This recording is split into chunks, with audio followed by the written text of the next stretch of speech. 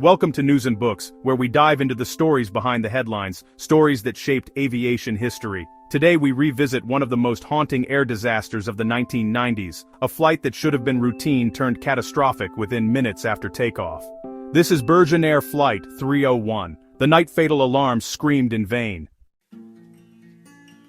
It was February 6, 1996. A Turkish charter airline, Birgenair, was operating Flight 301, a Boeing 757-200 from Puerto Plata, Dominican Republic to Frankfurt, Germany. On board were 189 people, mostly German tourists returning home from a Caribbean vacation.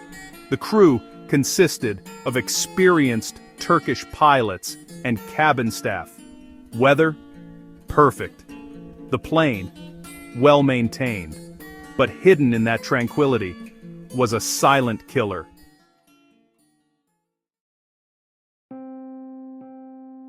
At 11:42 p.m., Flight 301 rolled down the runway and lifted gracefully into the Caribbean night, but seconds after takeoff, something was wrong.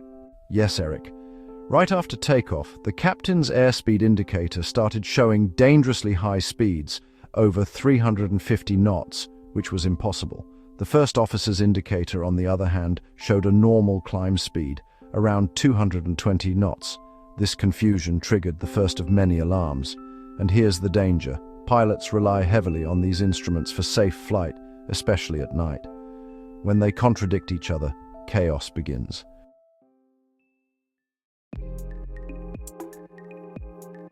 Within moments, the cockpit erupted in confusion. Overspeed clackers, stall warnings, stick shakers, a symphony of conflicting alerts. The captain, trusting his instruments, pulled back power to slow the overspeeding aircraft. But the truth was the opposite. The plane was actually flying too slow, not too fast.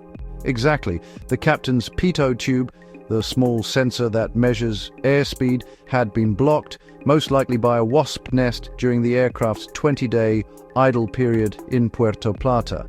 That blockage caused false readings. The aircraft's computers received conflicting data, and automated systems began reacting incorrectly.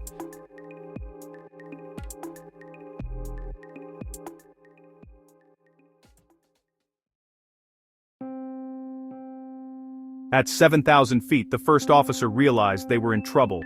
The stall warning sounded, a terrifying horn that means the plane is losing lift. But imagine this. On one side, alarms scream, "Too fast," while another says, "Too slow." Which one do you trust? They became trapped in what we call information paralysis.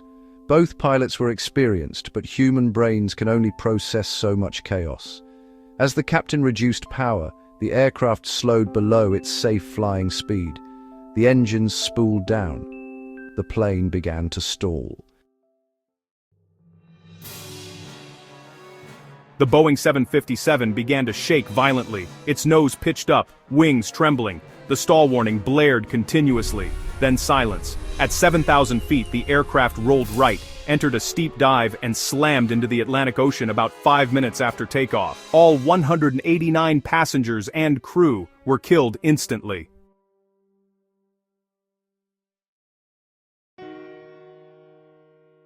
When investigators arrived, the ocean floor told a grim story. Recovered flight recorders revealed the blocked pitot tube on the captain's side caused all the chaos, but it also raised questions. How could something so small bring down a modern airliner? Eric, this accident exposed major lapses in pre-flight inspections and procedural training. The plane had been idle for weeks. Tropical climates attract mud daubers, wasps that love nesting in small holes like pitot tubes. If protective covers had been used or proper checks done, this would never have happened. It was a case of complacency, a rare but deadly enemy in aviation.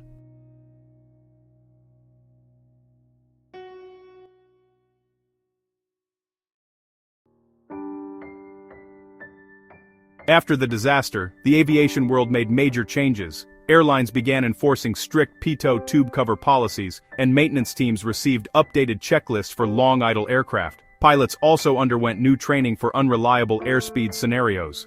Exactly. The tragedy of Birgenair 301 taught us that automation is powerful, but human understanding and discipline must always stay ahead.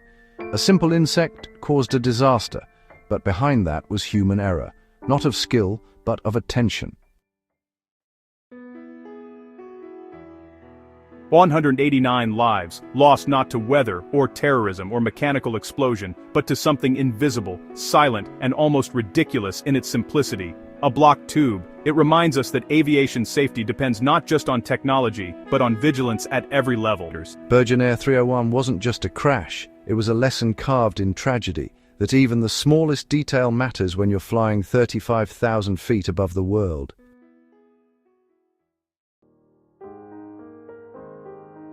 You've been listening to News and Books, where we uncover the stories that changed how we fly. If you found this episode informative, hit that subscribe button and share it with someone who loves aviation stories that matter. Until next time, I'm Eric. Stay curious, stay safe, and always look beyond the headlines.